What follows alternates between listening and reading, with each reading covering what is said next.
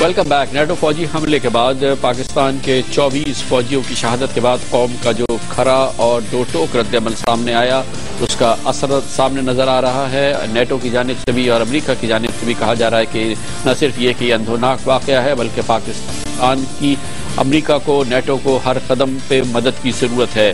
آج نیٹو کا ایک اجلاس بھی ہو رہا ہے، وزرائے خارجہ کے اجلاس میں خاص طور پہ اس بات پہ ذکر ہو رہا ہے کہ پاکستان نے بون کانفرنس میں جو شرکت نہیں کی، پاکستان کے جو تحفظات ہیں اس پر بھی بات ہو رہی ہے، اور اس کے ساتھ ہی روس جو کہ جس نے نیٹو کے مختلف حوالوں سے معاملات کے حوالے سے اپنے تحفظات کا اظہار کیا ہے، وہ بھی اس اجلاس میں اس پر بھی گفتگو ہو رہی ہے۔ نیٹو کے سیکرٹری جنرل نے آج ایک بیان میں کہا ہے، ایک بار پھر انہوں نے کہا کہ 26 نومبر کے واقعے پر انہیں افسوس ہے۔ میں اس بات پر بالکل متفق ہوں کہ افغانستان میں لمبے عرصے کے لیے امن کے لیے پاکستان کے ساتھ مثبت تعلقات ضروری ہیں۔ میں چاہتا ہوں کہ نیٹو اور پاکستان کے درمیان تعلقات بڑھیں اور اس سلسلے میں ایک سیاسی فریم ورک طے کیا جائے۔ امریکی دفتر خارجہ نے بھی آج ایک تازہ بیان دیا ہے جس میں انہوں نے کہا ہے کہ امریکہ پاکستان کے ساتھ دو طرفہ تعلقات بحال رکھنے کے عزم پر کام کرتا رہے گا۔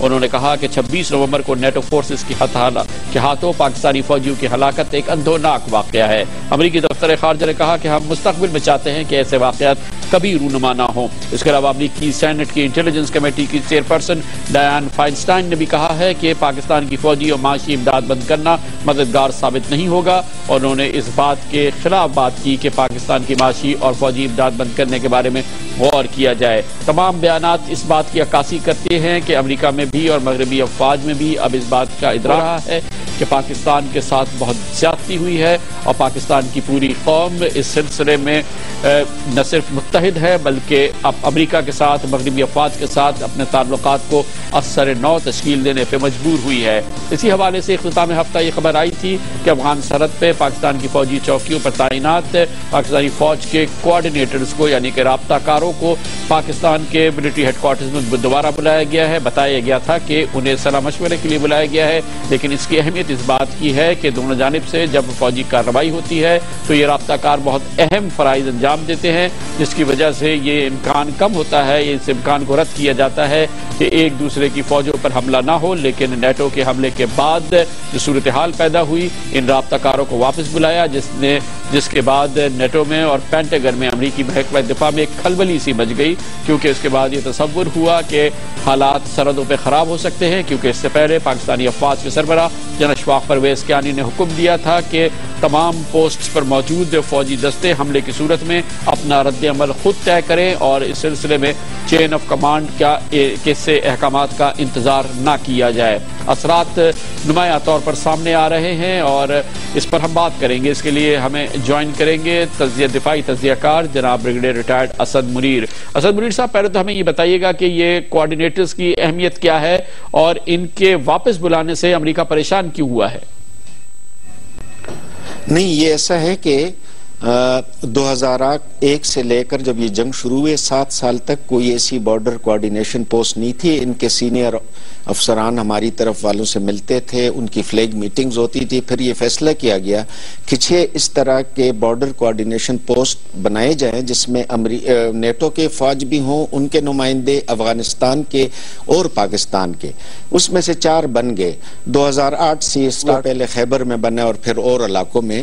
لیکن میرا خیال ہے پاکستان سمجھتا ہوگا کہ جس مقاصد کے لیے یہ بنا تھا کہ جی وہاں پر غیر ارادی طور پر یہاں پر حملے نہ ہوں، تو وہ تو پورا نہیں ہوا۔ 2008 میں 2 ہوئے، 2010 میں پھر 3 ہوئے۔